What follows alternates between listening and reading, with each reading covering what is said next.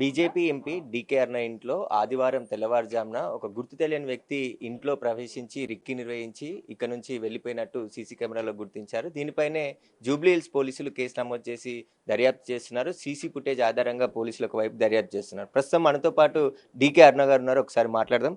అసలు ఏం జరిగింది మేడం? ఎవరు ఆ గుర్తు వెకిలిన వ్యక్తి? ఇందు మీ దగ్గర ఏమైనా పని చేశారు? లేదమ్మా, అట్లా పని చేసి పోయిన వాళ్ళు ఎవరు కూడా అట్లా అనుమానించేటటువంటి పరిస్థితి లేదు, కనపడటం లేదు. ఆ విధంగా అయితే కనపడటం లేదు. సో పోలీసులు కూడా వారి గురించి ఎందుకు వచ్చాడు, ఎందుకు అట్లా ఏమి అంటే ఇంట్లోకి వచ్చి దొంగతనం చేయకుండా పోవాల్సినటువంటి పరిస్థితి ఎందుకని వాళ్ళు కూడా విచారణ చేస్తున్నారు. వాళ్ళు కూడా నన్ను కూడా అడిగినారు, ఏమన్నా ఉంటే చెప్పండి మేడం, ఎవరితోనో ఏమన్నా అనుమానాలు ఉంటే కూడా చెప్పమని అడిగినారు వారు నన్ను. బట్ నాకైతే ఇప్పటిదాకా అట్లాంటి అనుమానం ఎవరి మీద కలగలేదని చెప్పిన వారికి నేను. సో అట్లా నాకేం నా స్ట్రైకింగ్ నా మెదడులో అయితే అట్లాంటి అనుమానం అనేటటువంటిది ఎవరు నా దీంట్లోకి అయితే రావడం లేదు. సో వారు మొన్న నైట్ ఎప్పుడైతే దొంగతనం అయిపోయిందో, అంటే దొంగతనం అంటే వచ్చిపోయిండో అక్కడి నుంచి కూడా వాళ్ళు ఫాలో అప్ చేస్తూ ఉన్నాము, మేము పట్టుకుంటాము, తెలుసుకుంటాము అంటున్నారు వాళ్ళు. సరే, వాళ్ళు ఎక్కడో నంపల్లి స్టేషన్లో వరకు పోయినట్టుగా అక్కడ ఐడెంటిఫై అయినట్టుగా, అక్కడ నుంచి మరి ఎక్కడ పోయిండు అనేది, ఏ స్టేషన్లో ఏ రైలు ఎక్కిండు ఏందనేది కూడా దాన్ని మానిటరింగ్ చేస్తున్నామని చెప్పినారు. ఇంట్లోకి ఎట్లా ప్రవేశించిండు, ఏ టైంలో వచ్చాడు, ఏ టైంకి బయటకు వెళ్ళాడు? మార్నింగ్ 3:28కి ఇంటి వెనక నుంచి గోడ దుంకి వచ్చిండు. గోడ దుంకి వచ్చి కిటికీని మొత్తం కింద ఓపెన్ చేసి లోపలికి దూరిండు. కెమెరాలు ఆఫ్ చేసిండు. కెమెరా లైట్, ఎందుకంటే మనిషి రాగానే కెమెరా లైట్ ఆన్ అవుతుంది. ఇప్పుడు అక్కడ కెమెరా ఉంది, డే టైం కాబట్టి మీకు ఏం లైట్ రాదు. నైట్ టైము ఒక మనిషి లోపలికి వచ్చిందంటే ఇమీడియట్గా మొత్తం లైట్ వస్తుంది అక్కడ. సో ఆ లైట్ చూసి వాడు పోయి ఫస్ట్ దాన్ని ఆపేసినాడు. కెమెరా స్విచ్ బోర్డ్ ఆయనకు తెలిసి ఉంది? స్విచ్ బోర్డ్ ఏం లేదు, అక్కడ డైరెక్ట్ గా పక్క నుంచి పాక్కుంటూ పోయి కట్ చేసిండు అంతే. వైర్ కట్ చేసిండు, కెమెరా దగ్గర పోయి వైర్ కట్ చేసిండు. సో అట్లనే వేరే కెమెరాలను తిప్పేసిండు. ఎక్కడైతే ఎక్కడానికి అవకాశం ఉందో అక్కడ తిప్పిండు, అవకాశం లేని చోట వదిలేసిండు. అక్కడే మొత్తం కనపడుతున్నాడు ఆయన ఏం చేస్తుండ అనేది. ఆ తిరిగిండు, ఇల్లంతా తిరిగిండు, ఏం చేసిండు అనేది ఆ కెమెరాస్ నుంచే మనం ఆ ఫుటేజ్ చూడగలిగినాం ఈరోజు. అంటే ఇంట్లో ఎక్కడెక్కడ తిరిగిండు, అసలు మీకు అనుమానాలు ఏమి ఉన్నాయి మేడం? సెకండ్ ఫ్లోర్ మొత్తం తిరిగిండు. దాదాపు 1.5 hours స్పెండ్ చేసిండు ఇంట్లోకి ఎంటర్ అయినప్పటి నుంచి పోయేంత వరకు. సో 1.5 hourలో ఒక్కొక్క చోట నిలబడ్డాడు. లోపల టార్చ్లు వేసుకొని చూసిండు. డ్రాయింగ్ రూమ్లోకి పోయిండు, బెడ్రూమ్లోకి పోయిండు, మా పాప మనమరాలు ఉండేటటువంటి బెడ్రూమ్లోకి పోయిండు. అన్నీ మా పైన సెకండ్ ఫ్లోర్లో నేనుండే ఫ్లోర్లోకి పోయిండు. అక్కడ అమ్మాయిలు పడుకొని ఉంటారు, వాళ్ళ చుట్టుముట్టు చూసిండు. వాళ్ళు పడుకున్నారా, లేచిందా, ఎట్లుంది, అలర్టుకున్నారా అని చూసిండు. చూసిండు వాళ్ళు మేల్కొని ఉన్నారా ఏదన్నా అని. లేకపోతే మొత్తం అంతా తిరిగి దేవుడి రూమ్ దగ్గర కూడా పోయిండు. దేవుడి రూమ్లో అసలు ఆడ మంచి దేవుని దీపాలు అవన్నీ ఉంటాయి. దేవుడి రూమ్లో పూజల ప్లేట్లు, పూజ సామాన్ అన్నీ ఉంటాయి. దాన్ని కూడా ఏం తాకలేదు. పక్కన స్టోర్ రూమ్లోకి పోయిండు. స్టోర్ రూమ్ నిండా నేను రోజు కట్టుకునే బట్టలన్నీ ఆ రూమ్లోనే పెడుతుంటా నేను, ఐరన్కి ఇవ్వాలన్నా ఏమైనా. ఆయనకి ఎన్ని కావాలంటే ఆయన మూటలు కట్టుకొని పోవచ్చాడా, కానీ అక్కడ కూడా పోలేదు, దాన్ని ఏం చేయలేదు.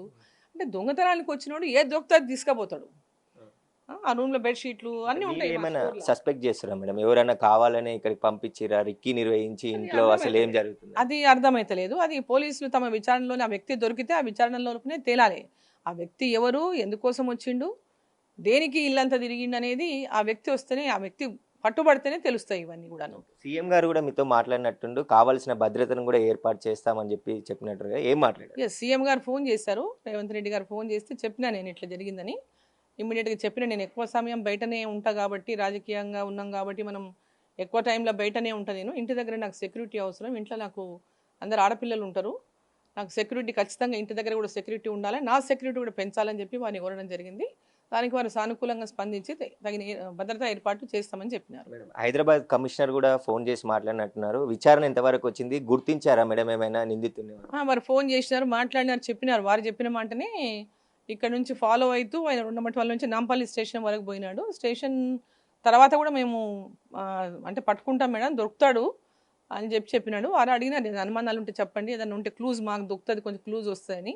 నాకున్న అనుమానాలు అయితే ఏమీ లేవు, క్లూ కూడా అసలు నాకైతే ఎందుకు వచ్చిండో, ఎవరు వచ్చిండో నాకు అర్థమైతే లేదని చెప్పిన నేను. ఎవరితో నేనేమైనా ఇష్యూస్ ఏదన్నా అట్లాంటివి ఏమైనా ఉన్నాయని అడిగిండు. మాకు ఆస్తుల పంచాయతీలు ఎవరితో లేవు, బిజినెస్ పంచాయతీలు ఎవరితో లేవు, ఎవరితో ఎలాంటివి లేవని చెప్పినాం మేము.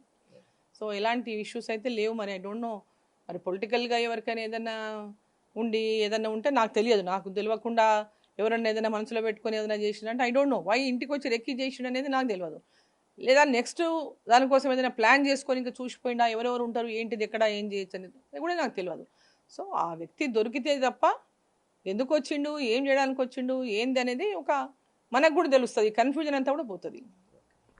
అయితే ఆదివారం తెల్లవారుజామున 4 గంటలకి ఇదే ఇంట్లోకి దొంగ రావడం జరిగింది. దాదాపు గంటన్నర వరకు కూడా ఇదే ఇంట్లో ఉన్నట్టు చెప్తున్నారు. ప్రస్తుతం మనం చూద్దాం బయట ఒకసారి ఈ ఏదైతే బిల్డింగ్ ఉందో వెనకాల ఉన్నటువంటి ఖాళీ ప్లేస్ నుంచి ఈ ఇంట్లోకి ప్రవేశించి ఫస్ట్ ఫ్లోర్, సెకండ్ ఫ్లోర్ దాదాపు గంటన్నర పాటు ఇదే ఇంట్లో దొంగ రెక్కి నిర్వహించి ఆ తర్వాత మళ్ళీ అదే బ్యాక్ గేట్ ఒక గోడ దూకేసి అటు నుంచి రోడ్ నెంబర్ 45గా బయటికి వెళ్ళిపోయినట్టుగా గుర్తించడం జరిగింది. ప్రస్తుతం దాదాపు గంటన్నర పాటు ఇల్లు మొత్తం డ్రాయింగ్ రూమ్స్తో పాటు ఫస్ట్ ఫ్లోర్, సెకండ్ ఫ్లోర్ అంతా కూడా తిరిగేసి అతనికి సంబంధించిన ఫుటేజ్ రికార్డ్ కాకుండా కొన్ని కెమెరాల వైర్లు కూడా కట్ చేసే ప్రయత్నం కూడా చేసిండు. అందులో కొన్ని కెమెరాల్లో ఇంట్లో చొరబడినటువంటి వ్యక్తి పూర్తి ఫుటేజ్ అంతా కూడా రికార్డ్ అయింది. ఆ రికార్డుతోనే పోలీసులు కేసు నమోదు చేసి విచారిస్తున్నారు. ప్రస్తుతం దొంగనా లేకుంటే ఎవరు వచ్చింది ఇంట్లోకి అనే దానిపైన దర్యాప్తు కొనసాగుతుందని చెప్పేసి కూడా చెప్పడం జరిగింది. సీఎం రేవంత్ రెడ్డి కూడా కావాల్సిన భద్రతను కూడా ఏర్పాటు చేస్తామని చెప్పేసి ఫోన్ ద్వారా సమాచారం ఇచ్చారని చెప్పేసి కూడా ఎంపీ డీకే అరుణ చెప్తున్నారు. కెమెరామ్యాన్ హరీష్తో సురేష్, బిగ్ టీవీ, హైదరాబాద్.